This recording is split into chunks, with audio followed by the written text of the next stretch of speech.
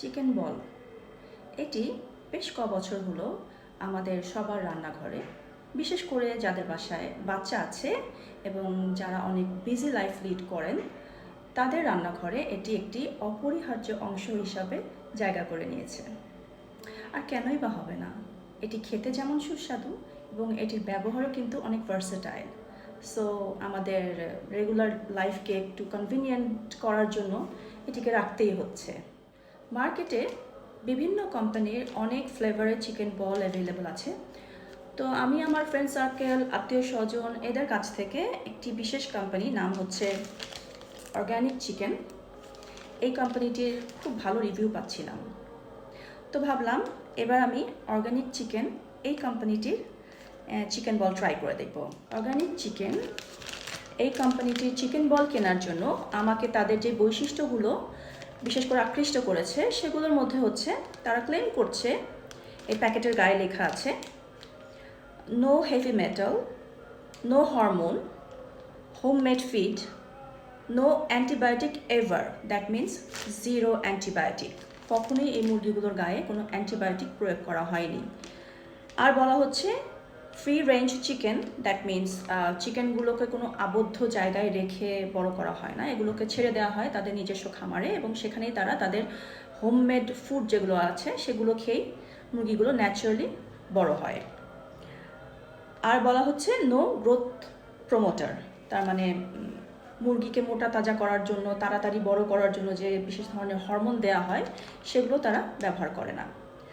So তারা ethical ফার্মিংয়ে বিশ্বাসী এবং তাদের এই ব্যাপারটাই আমাকে খুব বেশি উদ্বুদ্ধ করেছে তাদের খাবারটি কেনার জন্য এবং ট্রাই করার জন্য।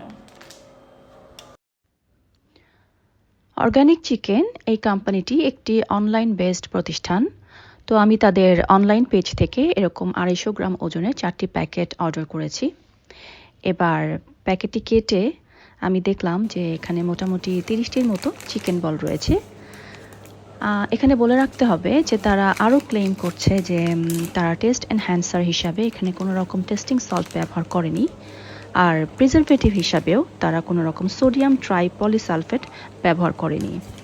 আমরা জানি এই উপাদানগুলো দীর্ঘদিন ব্যবহার করলে অথবা খেলে আমাদের ক্যান্সারের মতো মারাত্মক স্বাস্থ্য ঝুঁকি হওয়ার সম্ভাবনা থাকে। তাই যেই খাবারগুলোতে বিশেষ করে প্রসেসড ফুডে এই উপাদানগুলো ব্যবহার করা হয়নি, আমাদের সেগুলোই বেছে নেওয়া উচিত। তো আমি শ্যালো ফ্রাই করে নিলাম এই চিকেন বলগুলো, দেখতেই পাচ্ছেন কীরকম ফাফি এবং জুসি হয়েছে, খুবই টেস্টি লাগছে দেখতে, অ্যান্ড আমার তো এখনই খেতে ইচ্ছা করছে। এই তো ভাজা হয়ে গেল চিকেন বল। এখন আমি ট্রাই করে দেখি, একটু খেয়ে দেখি যে টেস্টের দিক দিয়ে এটি কতখানি সুস্বাদু। আমি টেস্ট করলাম তাদের একটি চিকেন বল। তো আমার যেটা মনে হলো, বাচ্চাদের দিক থেকে যদি আমি চিন্তা করি তাহলে এটি একদম পারফেক্ট। ঝালের পরিমাণ একদমই কম, একদম মিনিমাল, আর বাচ্চারা তো ঝাল খেতে চায় না, সো এটি তাদের জন্য একদম পারফেক্ট।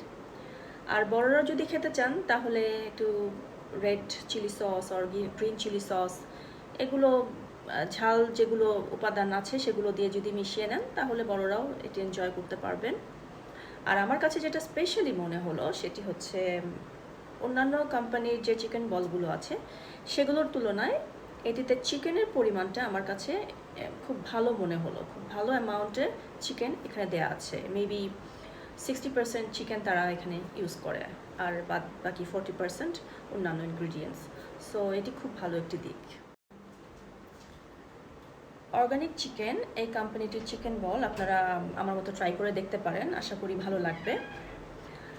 আর বিশেষ করে তারা যে ব্যাপারগুলো ক্লেম করছে, এথিক্যাল ফার্মিংয়ের দিকে ফোকাস করছে, সেটি তো আমাদেরও মাথায় রাখতে হবে, কারণ অ্যান্টিবায়োটিক যখন চিকেনের গায়ে প্রয়োগ করা হয় এটি কিন্তু চলে যায় না, এটি থেকে যায় এবং এটি বলা হয়ে থাকে কুক করার পরেও এই অ্যান্টিবায়োটিকগুলো যায় না, রেসিডিউ থেকেই যায়, যেটি আমাদের স্বাস্থ্যের জন্য ক্ষতিকর। তো আমরা যদি সুস্বাস্থ্য এবং নিরাপদ খাদ্য এই ব্যাপারগুলো মাথায় রাখি তাহলে অর্গানিক চিকেনকে আমরা বেছে নিতেই পারি। ভালো থাকবেন সবাই।